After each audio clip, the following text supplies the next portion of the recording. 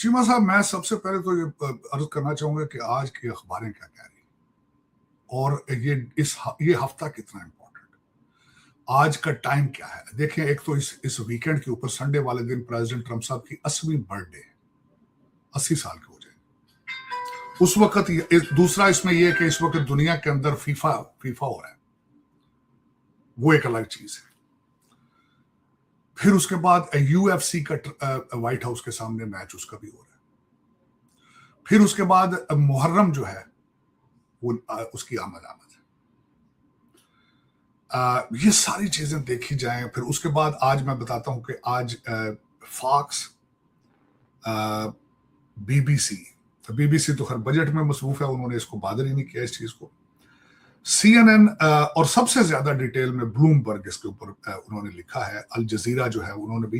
लेकिन एक कॉमन चीज देखी मैंने सबके अंदर, उन्होंने डील डिस्कस की, डील के मुंदरजात डिस्कस किए, लेकिन उन्होंने ये कहा कि प्रेसिडेंट ट्रंप, अल जजीरा ने कहा कि डोनाल्ड ट्रंप साहब जो है वो बहुत गुस्से में है ईरान की फेक न्यूज के ऊपर, और उन्होंने गुस्से का इजहार ये भी किया है कि ईरानी जो है वो मुआहदे की चीजों को लीक कर रहे हैं, जो कि इसके लिए ठीक नहीं है।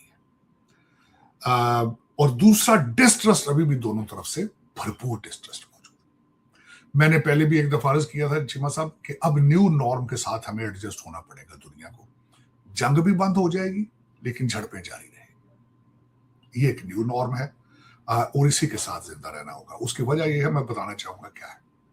देखिए, पिछले दिनों कांग्रेस के अंदर जब ये सारी चीजें चली हैं तो जाहिर है फिर रिपब्लिकन्स ने उसको सेल्फ डिफेंस कहा है। ये किसी वक्त भी फ्यूचर में ये सर्कमस्टांसेस बन सकते हैं कि हम सेल्फ डिफेंस में दोबारा हमने झड़पें शुरू कर दी। दूसरी तरफ जो बात आ रही है ईरान की तरफ से, अभी रिसेंटली देखें अमेरिका एंगेज नहीं था, लेकिन वो हेलीकॉप्टर पता नहीं किस तरह गिरा है, उसके ऊपर कहा तो यही जा रहा है कि शायद मिसाइल जो है दगा गया, वो लगा है, उससे गिरा, तो उसके बाद ये दोबारा एस्केलेशन शुरू हुई। बल्कि इजराइल ने कहा कि हम भी इसमें हिस्सा डालना चाहते हैं, तो उनको रोका गया।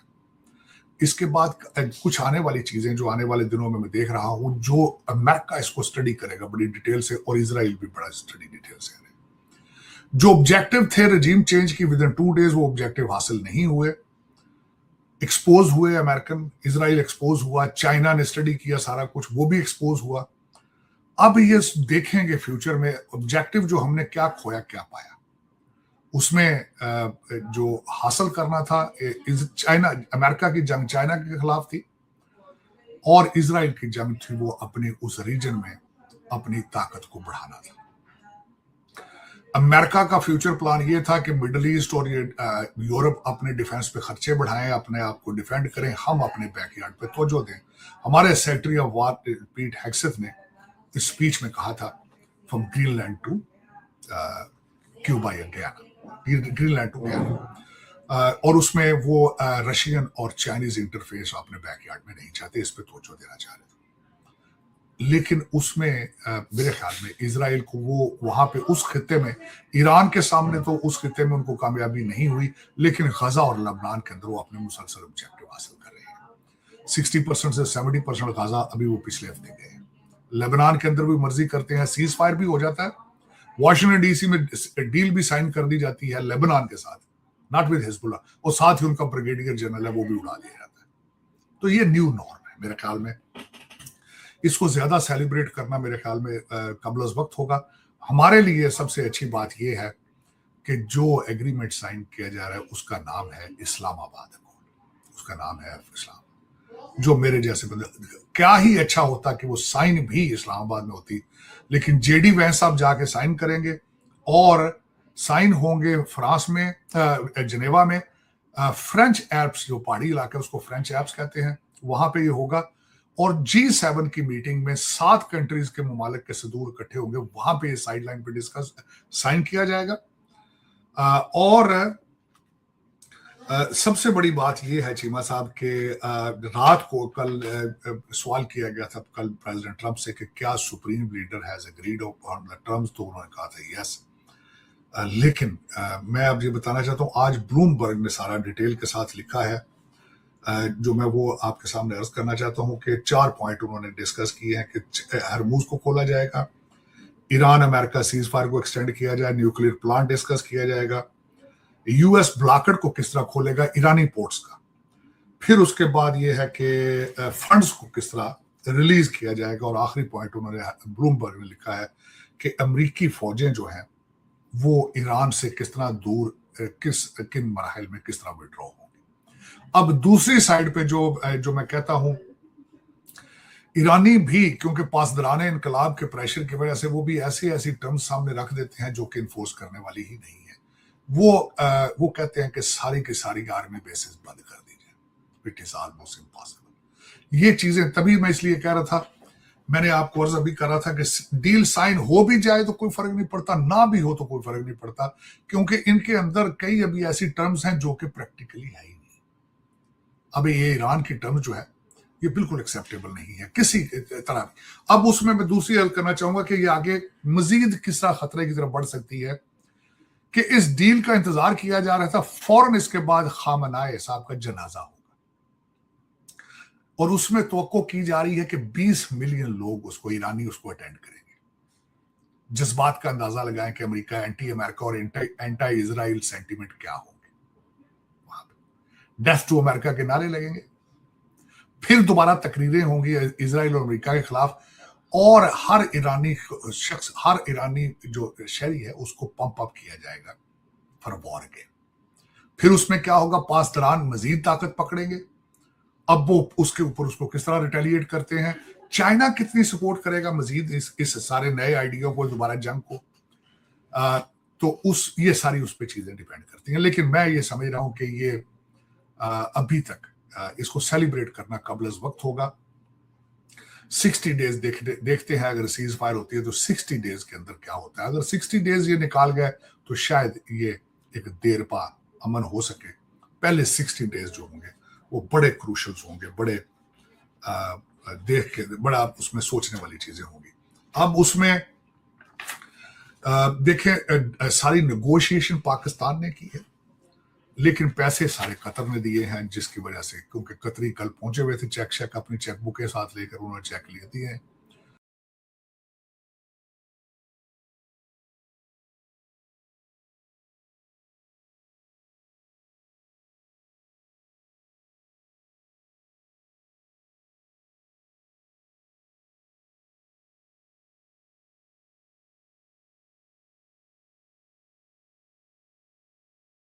की है वो ईरानी भी पहले कतर चले गए थे खुद ही उठ के, जिसपे पाकिस्तानी बेचारे परेशान थे। वो कहते सन ਅਸੀਂ ਮਿੰਨਤਾਂ ਤਰਲੇ ਅਸੀਂ ਕਰੀਏ ਤੇ ਤੁਸੀਂ पैसे ਲੈਣ से आपे टूर गए।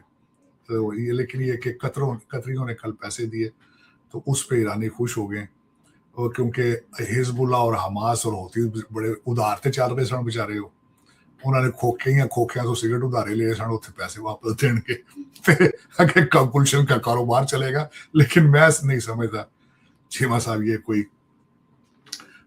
वो रीजन डिस्टेबलाइज हो चुका है। और जो उसमें एक बात पाकिस्तान ये है, दो अर्ज करना चाहूंगा मैं, उसके बाद पाकिस्तान के डिफेंस बजट पे भी बात करता हूँ चीमा साहब, कि उसमें इस सारी जंग में मैं आज भी, खैर ये भी है कि शायद मैं पाकिस्तानी हूं, मैं पाकिस्तान को तरक्की करना देखना चाहता हूं, ये मेरी विश लिस्ट है कि पाकिस्तान जो है वो मजीद डिफेंस एग्रीमेंट साइन करेगा। पाकिस्तान की इंपॉर्टेंस मजीद बढ़ जाएगी उस रीजन के अंदर, बढ़ चुकी है। और पाकिस्तान देखें, पाकिस्तान की आर्मी एक वाहिद एक आर्मी होगी उस रीजन में जो कि अमेरिकन असले पे भी ट्रेंड है और चाइनीज असले के ऊपर भी ट्रेंड है। तो दोनों किस्म के असले जो है वो चलाने की सलाहियत रखते हैं, एक्सपीरियंस्ड है, और दोनों कंट्रीज के साथ रिलेशनशिप है, वेरी यूनिक सिचुएशन। तो उसमें जीसीसी मुमालिक के साथ पाकिस्तान की डिफेंस एग्रीमेंट मजीद तरक्की करेगी। अब बात करते हैं डिफेंस पे।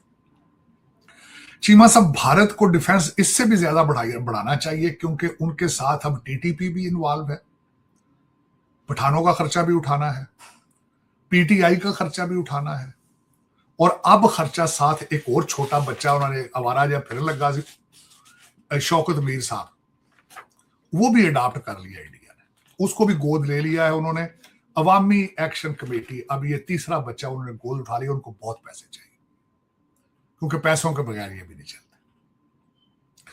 चीमा साहब, अफसोस की बात है, दुख से, और ये वो कंट्री है जो ये लेकर आया था कि पाकिस्तान को आइसोलेट करना है, जहां पाकिस्तान दहशतगर्द तंजीमों को करता है। जरा देखें इनके टीवी चैनल पर, ओपनली इनके जो डिफेंस एनालिस्ट है वो कहते हैं हमने इतनी इन्वेस्टमेंट कर रखी थी पाकिस्तान के अंदर, अब उनको एक्टिवेट करने का टाइम आ चुका है।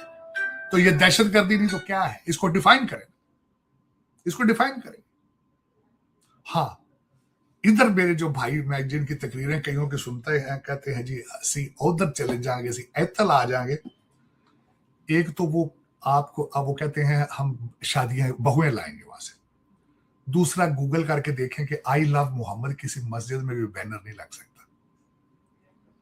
और मेरी तीसरी रिक्वेस्ट है, हम्बल रिक्वेस्ट पाकिस्तान से, कि पिछले साल आपने गलती की थी।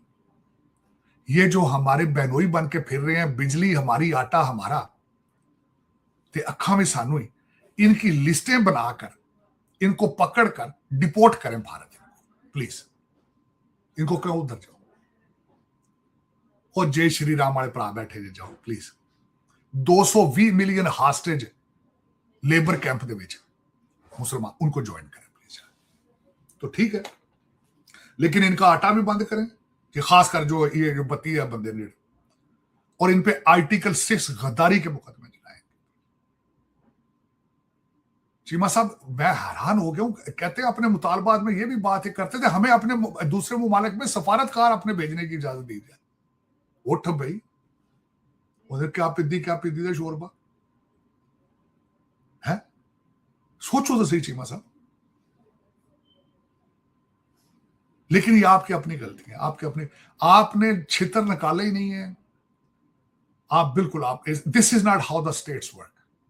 ना अमेरिका ऐसा चलता है, ना वेस्ट ऐसे चलता है, ना ही मिडल ईस्ट ऐसे चलता है। 3,500 पाकिस्तानी दुबई से डिपोर्ट किया गया सिर्फ इस वजह से कि लगे सन उथे टिकटाक बनाना दुबई के खिलाफ, अबू धाबी यूएई के खिलाफ, जहां खाना वहीं उनके साथ नमक हरामी करनी। इसी आइडिया को अप्लाई करें आप प्लीज आजाद कश्मीर पर, और डिपोर्ट करें। एलओसी पे ले जाके कहें ओ जाएंगे, उधर जाओ, we don't need you. Cheema साहब, इस तरह नहीं, इस तरह तो पानों का खोखा नहीं चलता। मैं पहले कहा था, जिस तरह आप कहते हैं ना कि हमने इस तरह करना है, कभी 6 नशिस्तें कैंसिल कर देंगे, अभी इस तरह कर देंगे, अभी फला कर देंगे, कभी पैसे दे लो, कभी ये कर लो, मुलाजमतें दे लो। इनको क्यों मनाओ भाई? मना रहे हो आप किस वजह से? और जो इन्होंने पाकिस्तान की बेइज्जती कर रहे हैं, जो मैंने इनको देखना बंद कर दिया। चीमा साहब, इतना खून खोलता है, इतना खून खोलता है जो ये बातें करते हैं। और जिस तरह आपके पुलिस के साथ ये करते हैं, उनके कपड़े उतार के उनसे परेडें कराते हैं, फिर लाशों की बेहुरमती। चीमा साहब, यहूदी मारते हैं फलस्तीनियों को, इस तरह करते हैं बेहुरमती, सारी दुनिया उनके खिलाफ खड़ी होती है। जंगों में भी अलाउ नहीं किया, according to the war laws भी ये वॉर क्राइम है, ये कि डेड बॉडी की बेहुरमती करना। और ये दरिंदे करते रहे हैं, और आप अब सारे सुन रहे हैं, इनको देख रहे हैं आप, और कोई क्रैकडाउन नहीं कर रहे। मेरी ये हम्बल रिक्वेस्ट है कि इनको पकड़ के डिपोर्ट किया जाएगा, सजाएं दें और डिपोर्ट करें। They don't deserve to live in Pakistan. नमक हरामी गद्दारी है, इज कंप्लीटली अनएक्सेप्टेबल। और पीटीआई को भी इनको भी कहें, और रहना देते रहो, जो पठाना को जाओ यार, अपने भरावां को पर जाओ।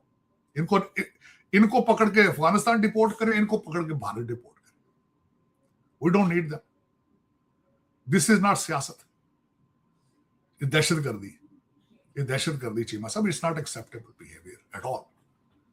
एहतजाज करो तुसी, जो अगर अब कोई ऐसी चीजें हैं जो मनवाने वाली हैं, एहतजाज करो उसके ऊपर। ये एहतजाज थोड़ी, पुरअमन एहतजाज का तो कॉन्सेप्ट ही नहीं है डेवलपिंग कंट्रीज के अंदर। चीमा साहब, एक लफ्ज इन्होंने निकाला हुआ है, हमने एक गमला नहीं तोड़ा, बिल्डिंगें जला दी हैं। हमने कोर कमांडर हाउस सारा जला दिया, लेकिन गमला नहीं तोड़ा। बल्ले बे बल्ले, जंग बांधे जड़बे जा रही है। ये हिलाते ना, ये बचो है ना खड़ो, खुदा आगा ना आजे। अच्छा, वो उधर कोई तकरीब वो कम कर रहे हैं, इतने कश्मीरी बैठे ने बेचारे इंग्लैंड च।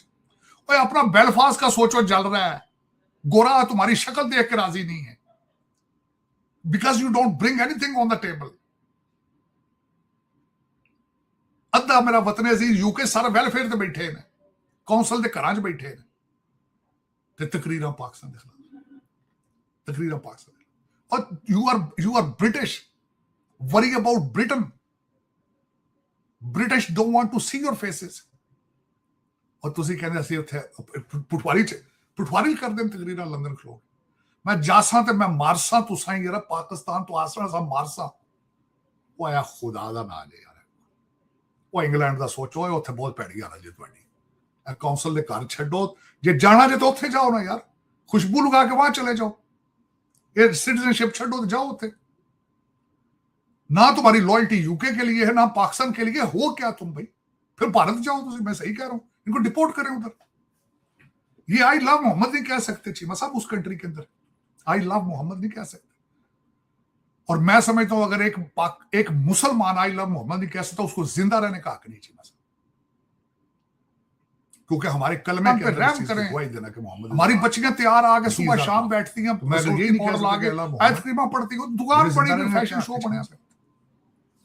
डॉक्टर साहब होते मच टोर कहते किसी के पीछे जाना भी नहीं होता। यही तो कह रहा था अपना, तो मैं लिख लिया तरस करो, हम्बल रिक्वेस्ट है चीमा साहब आपने प्लीज। अच्छा नहीं करना तो वो जो डेला बाहर आते हैं उनको मैथ पढ़ाओ बैठ के, उनको आते तुसी पैसे के computer, they need to be deported from here. Artificial intelligence की गल करी, वो उथे फैशन शो पे दंद करते फिरते हैं चीमा साहब। यही तो ज्यादतियां हैं। जेल को जेल ना बनाना और असम्बली को असम्बली ना बनाना, सियासत को सियासत ना रहने देना, यही इश्यूज है, यही अलमियात। लेकिन पाकिस्तान, मेरी ख्वाहिश है इस चीज की कि खुदारा इस कौम पे तरस फरमाए, उनको जो मुर्शिद भाईजान है उनको कहीं और ले जाए, ताकि वो भी तन्हाई एंजॉय करें, अपनी किसी ऐसी जगह ले जाए। हाँ हो सके तो बोटॉक्स का बंदोबस्त जरूर करें, और बाल शाल भी उन्होंने काले करने होते हैं। बीट रूट जरूर मिले वहां पे, और उनको चिया सीड मिले वहां पे। ऐसी जगह ना ले जाए कि यहाँ चीजें दस्तयाब ना हो, क्योंकि उनकी खूबसूरती ही उनकी लीडरशिप है, दूसरी चीज उनके पास कोई नहीं है। उनके बाल जो जुल्फे हैं उनकी, जब वो भागते थे क्रिकेट के मैदान पर, तो भागते थे तो कई खवातीन के दिलों पे धचके लगते थे। वो आज भी वो क्रश हैं बहुत से लोगों की। तो प्लीज ऐसी जगह ले जाएं जहां उनका एक तो रंग काला ना हो, और बोटक्स का बंदोबस्त हो, चिया सीड हो, मालशीए हो, और वो खूबसूरत से खूबसूरत तरीन रहें, चाहे 75 साल के। ये हमारी ख्वाहिश है। चलो चीमा साहब तक वो तो रंग चिट्टा होना ते कद वड्डा होना, तुसी लीडर बन जाओ, तुसी प्राइम मिनिस्टर बन जाओ। तार साहब बात तो आपकी बड़ा पसंद है इसमें कि यही मेरिट जो है वो समझा जाता है। अरे काला बंदा में कोई काले बंदे का कोई फ्यूचर नहीं पॉलिटिक्स होता। रंग पक्का होवे ते नहीं जाना चाहिए, तो मेरा गंजा होवे उन भी नहीं जाना चाहिए। चलो चीमा साहब दुआ खैर ही हो सकती, की बंदा करेगा। नहीं वो तो बात सही है। तो तार साहब वो जरा बजट पे भी थोड़ा करें, हुकूमत के पास पैसे कोई नहीं है। और चीमा साहब बजट की याद कराता जे गोरख धंधा है, इनु मैं बजट कहंदे, उसकी वजह चीमा साहब बजट ये बिल्कुल फ्रॉड है। ये मैं बता, टोटल फ्रॉड है। बजट है ही नहीं, कौन कहता बजट। चीमा साहब जिस दिन पेट्रोल आप बढ़ाएंगे, बिजली के रेट बताएंगे, तो वो दिन नया बजट बन जाता है, मिनी बजट नया आ जाएगा। फ्रॉड है, लगे हम ये कर देंगे वो कर। अब इसमें चीमा साहब जो आप बात कर रहे हैं ना, तनख्वाहें बढ़ाने का 50% जी कहते तनख्वाहें बढ़ा दें, क्यों बढ़ा रहे हो? उन्होंने रिश्तों के रेट बढ़ा दिए, तो तनख्वाहें, तो आपका क्या ख्याल है पहले मुलाजमीन का गुजारा तनख्वाहों पे है? रिश्वत के रेट तो पहले बढ़ चुके हैं। जो मैंने चीमा साहब देखा है, जो अगले दिन मैं जो खास कर देख रहा था, कि एक बच्चा जब सुबह उठता है, एक लीटर पेट्रोल लेता है, उसमें से 150 रुपया तो सीधा गवर्नमेंट को चला जाता है। 4,500 रुपया महीने का। अब मेरा उसमें सवाल ये है कि क्या आप 4,500 महीने का उस बच्चे से ले रहे हैं, उसको उसके रिटर्न में दे क्या रहे हैं? सड़कों की हालत ठीक है, लॉ एंड ऑर्डर की हालत ठीक है। ये गवर्नमेंट देखे ना, जो टैक्स लेती है उसका फर्ज होता है कि रिटर्न में ये चीजें दी जाए। अब मैं जो देख रहा था चीमा साहब, इन्होंने किया ये है, जो मैं इसके अदादो शुमार अभी देख रहा था, जीडीपी कहते ग्रोथ 3.7% हुई, इनका टारगेट तो 4.2% था। हाँ पिछले साल से बेहतर हुए हैं, 3.1% था पिछले साल। इन्होंने पर कैपिटा इनकम 1751 थी 1751, उसको बढ़ के 1901 हुई है। इन्फ्लेशन जो है वो चढ़ रहा है। रिमिटेंस 38 मिलियन इस महीने भी होंगी, बिलियन इस महीने भी होंगी। और लेकिन ये मेरे ख्याल में इसको अमेरिका के अंदर वहां देखें, वहां तो पेट्रोल बढ़े थे, उनकी मुल्क डिग पिंग देने। अमेरिका के अंदर भी यहाँ पे क्या करते थे वारदात ये गवर्नर चीमा साहब, बजट में कहते हैं चीजें नहीं बढ़ानी, लेकिन साथ फीस बढ़ा देनी, ड्राइविंग लाइसेंस की फीस बढ़ा देनी, जो पुल है उनके ऊपर टोल लगे उनको बढ़ा देना, ताकि वो उसका शोर नहीं बनता। ये वारदातें हैं, पतली गली से वारदात डाल के निकल जाते हैं। तो ये मेरे ख्याल में बंद करें, इस पे एनर्जी वेस्ट ना किया करें। आज एक बड़ा अच्छा ड्रामा देखने को मिला एंटरटेनमेंट के लिए, बिलावल भाईजान रोज के बैग कहते मैं नहीं समझ जाना। वैसे Peoples Party advance version of MQM भी हो गई। नहीं कहते एयर कंडीशनिंग चल रहा है, सही कहते गर्मी मैं नहीं जाना, वो आ रही है असम्बली जो मैं नहीं जाना। ताड़ साहब बैठे सन, डार साहब मिलता तरले, भाईजान आ जाओ ना, खुदा का ना आ जाओ यार, बाहर बड़ी बेइज्जती हो रही, बैठे नाल नकवी साहब आउंदे गए तो आओ चलिए आओ उस वेले उठ खड़ो। ये अच्छी एंटरटेनमेंट थी, सारी कौम ने एंजॉय किया इसको, बजट एंटरटेनमेंट पोर्शन। लेकिन मेरे ख्याल में इस पे एनर्जी वेस्ट ना किया करें। अब पीपल भी दे आर नॉट कंसर्न। कोई नहीं कह रहे हैं, बिलावल साहब कह रहे हैं हमारे मैंडेट का एहतराम करे हुकूमत। हाँ, उनका मैंडेट क्या था? वो कहते थे जीबी दी हुकूमत सिर्फ असा बनानी, साढ़े ना दूजा कोई ना जाए। ये बजट के ऊपर उनका था मसला।